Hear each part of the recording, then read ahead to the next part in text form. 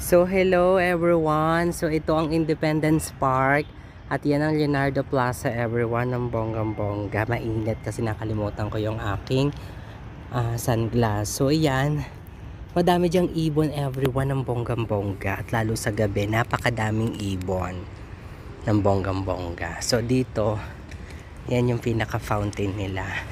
Dito yung flowing water nila diyan. So yan, tapos sa side na yan, nariyan po ang US Embassy, diyan po.